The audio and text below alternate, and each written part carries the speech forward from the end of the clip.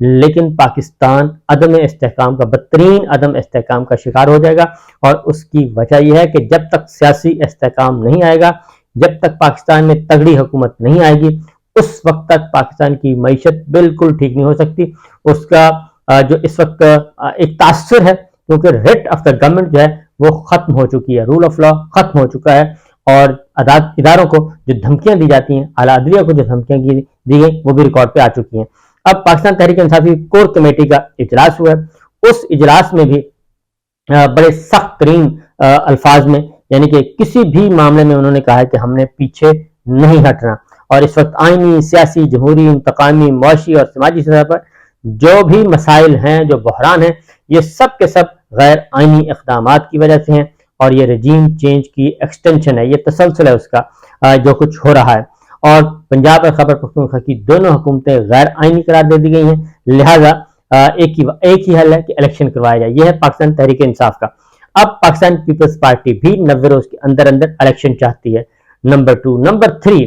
جو ہے صرف 2 جماعتیں ہیں جو کہ الیکشن سے فرار چاہتی ہیں، ایک مولانا اور ایک مریم صاحبہ، یعنی کہ نواز شریف صاحب PMLN۔ یہ 2 جماعتیں الیکشن سے فرار چاہ رہی ہیں، باقی سب عمران خان صاحب کی حامی ہو گئی ہیں۔ اور اس کے بعد وکلا تنظیمیں جتنی بھی ہیں، تمام کی تمام وکلا تنظیمیں، خواہ وہ بار ایسوسیشنز ہیں، خواہ وہ صوبائی بار ایسوسیشنز ہیں، یا سپریم کورٹ بار ہے، یا بار کونسلز ہیں، پاکستان بار کونسل ہے، سب کے سب اس ایک نقطے پر متفق ہو گئے ہیں کہ 90 دن کے اندر الیکشن کروانے لازمی ہیں، اور اس کے لیے اس سے ہم اس مطالبے سے دستبردار بھی نہیں ہوں گے، اور اس کیس کو ہم اس ایشو کو آگے لے کے ٹیک اپ کریں گے۔ تو یہ ایک بنیادی نقطہ ہے جس میں عمران خان صاحب پہلے دن سے کہہ رہے ہیں، اور اس وقت جب خیبر پختونخوا اور پنجاب کے الیکشن ملتوی کروائے جا رہے تھے تو اس وقت بھی عمران خان صاحب کہتے تھے کہ یہ آنے والے دنوں میں یہ آپ لوگوں کو پتہ چلے گا کہ پاکستان کو ایک غیر آئینی طرز حکومت کی طرف لے جایا جا رہا ہے، اور یہ پہلا موقع ہے کہ ملک میں مارشل لا بھی نہیں ہے اور ملک میں ڈکٹیٹرشپ بھی نہیں ہے، لیکن حقیقت میں عملاً ایسا ہی ہے کہ آئین بالکل نہیں ہے، اور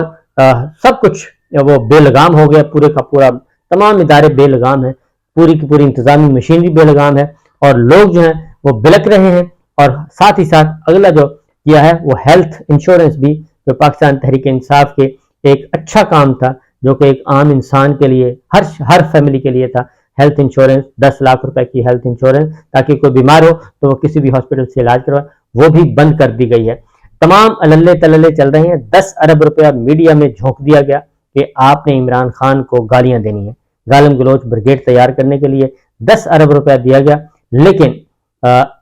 اگر نہیں فائدہ پہنچایا گیا تو غریبوں کو فائدہ نہیں پہنچایا گیا۔ یہ سچویشن اس وقت چل رہی ہے۔ آگے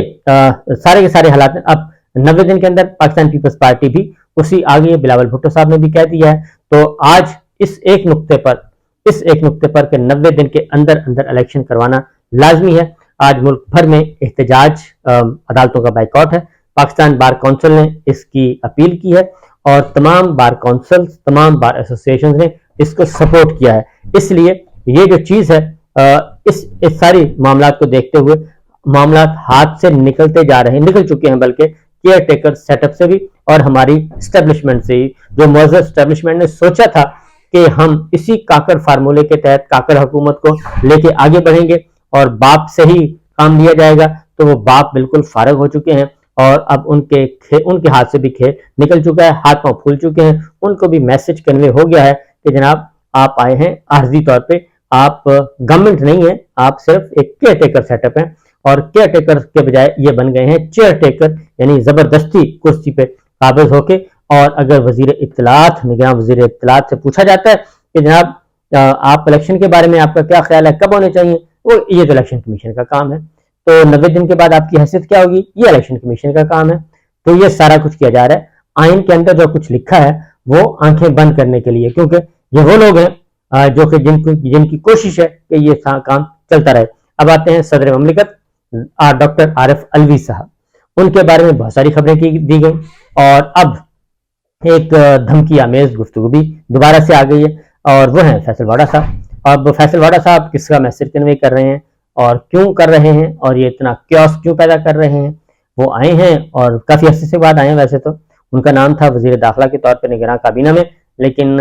وہ سرفراز بگٹی صاحب بن گئے اور فیصل واڈا صاحب مس ہو گئے ہیں۔ اور میرا خیال ہے کہ ان کو ہونا چاہیے تھا، جس طریقے سے انہوں نے دفاع کیا پچھلے 16 مہینوں میں، تو ان کو ہونا چاہیے تھا کابینہ میں، لیکن نہیں ہے۔ اب وہ کافی عرصے کے بعد نمودار ہوئے ہیں، اور پہلے تو وہ یہ کہتے تھے ڈاکٹر فیصل واڈا صاحب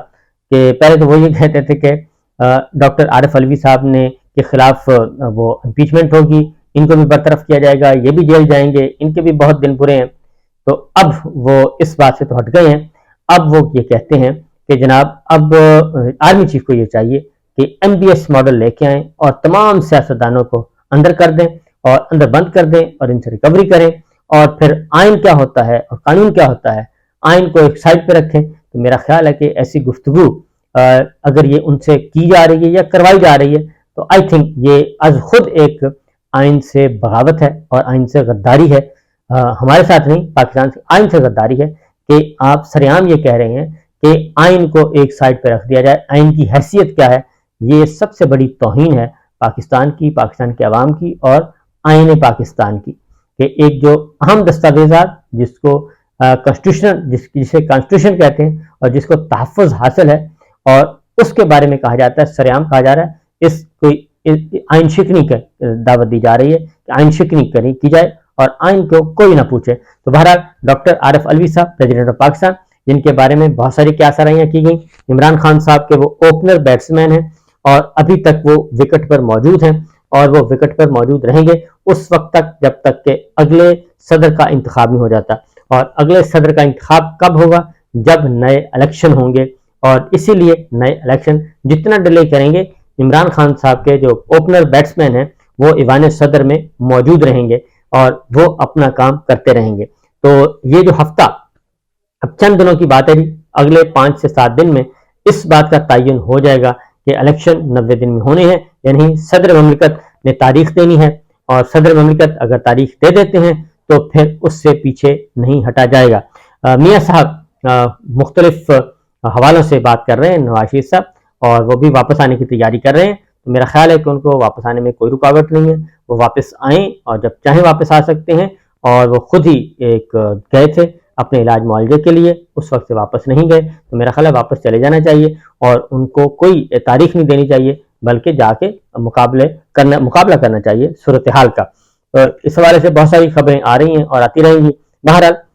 یہ ہے اب تک کی صورتحال، تو واپس اب جایا جا رہا ہے کیونکہ بچنے کا کوئی راستہ نہیں ہے۔ 90 دن کے اندر اندر الیکشن، اور ہر صورت میں الیکشن ہونے چاہیے۔ تو ایک اور ڈیولپمنٹ ہے وہ آپ کو بعد میں بتاؤں گا، کیونکہ بیانیہ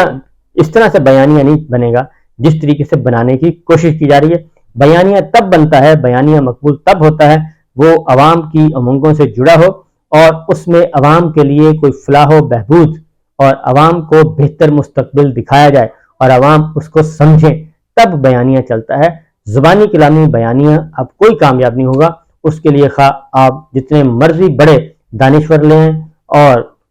وہ موٹیویشنل سپیکرز لیں، جتنے بھی لیں، کچھ نہیں ہوگا، بلکہ وہ سب بیچارے رگڑے میں آ جائیں گے۔ اجازت دیجیے، اللہ حافظ۔